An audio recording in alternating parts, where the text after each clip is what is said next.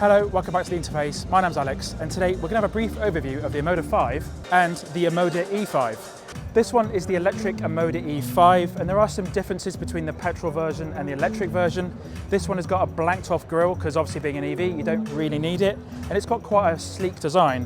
One thing that's quite nice is that these daytime running lights are LEDs, and the main headlights for the car are down here, just there. Bit of an odd choice, but it looks quite nice really. The charging flap itself is openable only from a button inside the interior, and this one does have dual CCS charging, which is pretty good. So AC and DC, and then the exact specs again will be on screen because I can't remember them all.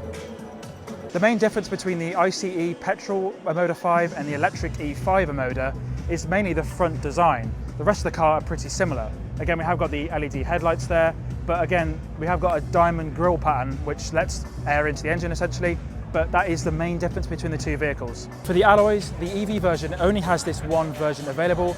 This one has the choice between 18 and 19-inch alloys, and as you'll notice, every version comes with red brake calipers.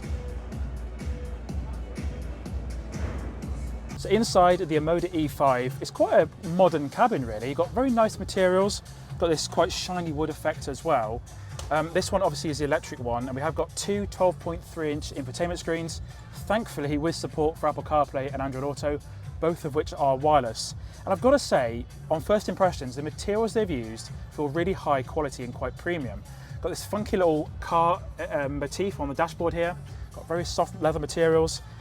This one being the EV, they have moved, we've got some little differences between the petrol and the electric version. So we have actually moved the gear stick, the gear selector is now on the stalk rather than a little control down here. There's a wireless charging pad which is actually underneath there. Got two cup holders in there. The wireless charging pad itself is cooled because phones nowadays are having problems with overheating. But overall, it's quite a nice modern interior, quite spacious, and hopefully it's be quite good to drive. Back seats, the Omoda E5, we've got a quite good amount of legroom. We've got heated rear seats in the back here, two USB ports, one's USB-A, one's USB-C. This seat is set up quite far behind. We're in a weird demo today, but I've got a good amount of legroom, good amount of headroom as well.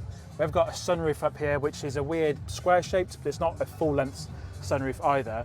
But it's quite a nice airy cabin and quite a good luxury feel. Considering the price of this vehicle, I am quite surprised at the quality of materials, just on a very quick impression sort of aspect. We've also got a rear armrest with two quite shallow cup holders and some weird little fin things to hold cups in. Not sure how that will fare in the real world though. Just like the front, we have got some nice ambient lighting as well. Got some blue LEDs down here.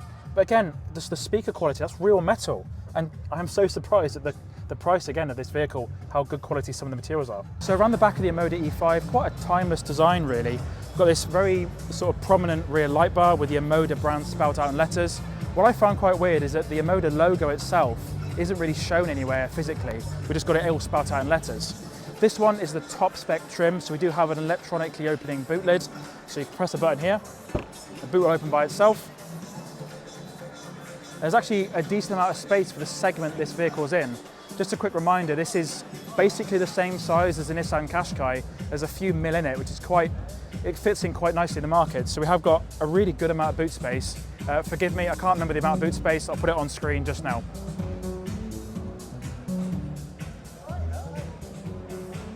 Omoda is a brand new entry to the UK with official sales only just starting today, the 30th of August. The company is part of the larger Chery Group in China, which has been around since 1997. First up, we have the Omoda 5, a petrol SUV which has 184 brake horsepower from a 1.6 litre turbocharged engine, and it has front-wheel drive.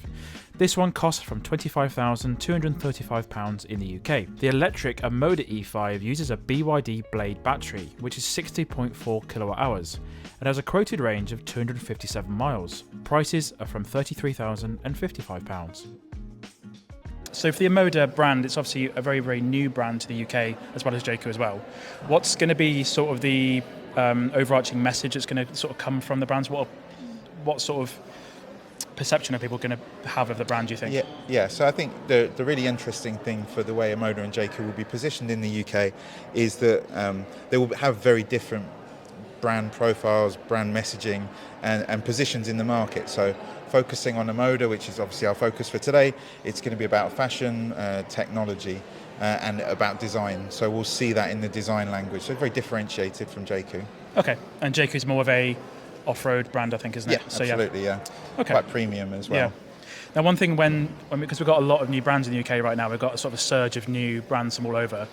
What's the dealer situation going to be like? Because obviously you have, like Tesla, they do their own sort of first-party sort of stuff. Are you partnering with other dealers in the UK and bigger companies like that? Yeah, we're partnering. We're going to have so as of today, we have 60 dealers confirmed. Oh, really? Okay. Yeah, the plan is for 100 by the end of the year. Okay. So it's very much a traditional dealer network. I think with a lot of manufacturers moving and looking to move away from that dealer network, I think it's a massive opportunity for new brands to take the traditional model. There's still a lot of customers that want that, and in fact, from what we see and we hear and we know from our experience within the brand, that agency hasn't quite worked for many manufacturers. Yeah. So their sales are down, and they don't have that traditional method of stirring interest via the dealer network. So I think it's a great opportunity for us. It's good, yeah.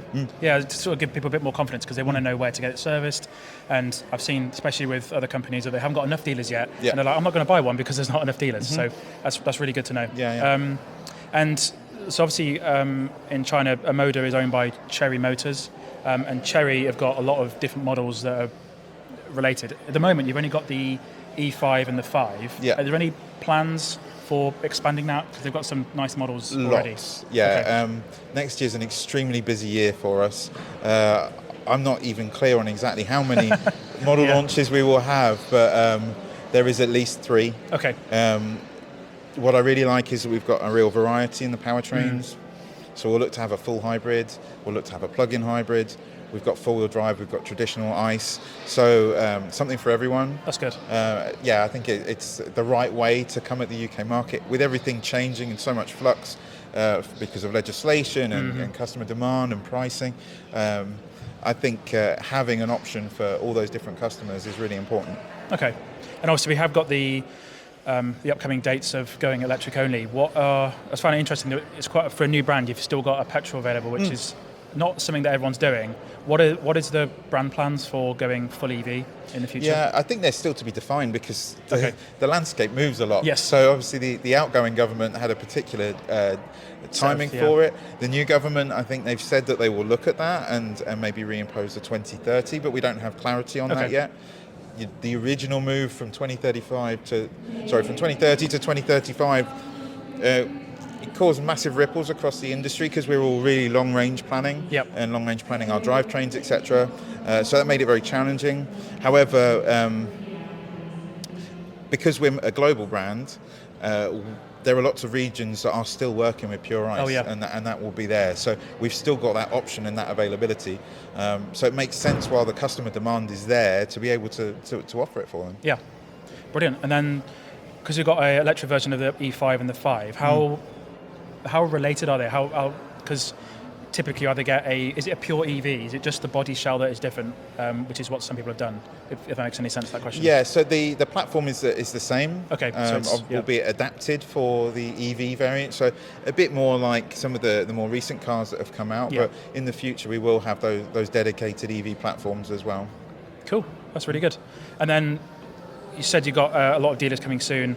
Are you planning, because you have different brand goals, are you planning on being a massive market sales in the UK, or are you just trying to get some footing, if that makes any sense? Certainly at launch there's a lot of eagerness to grow our volume very quickly.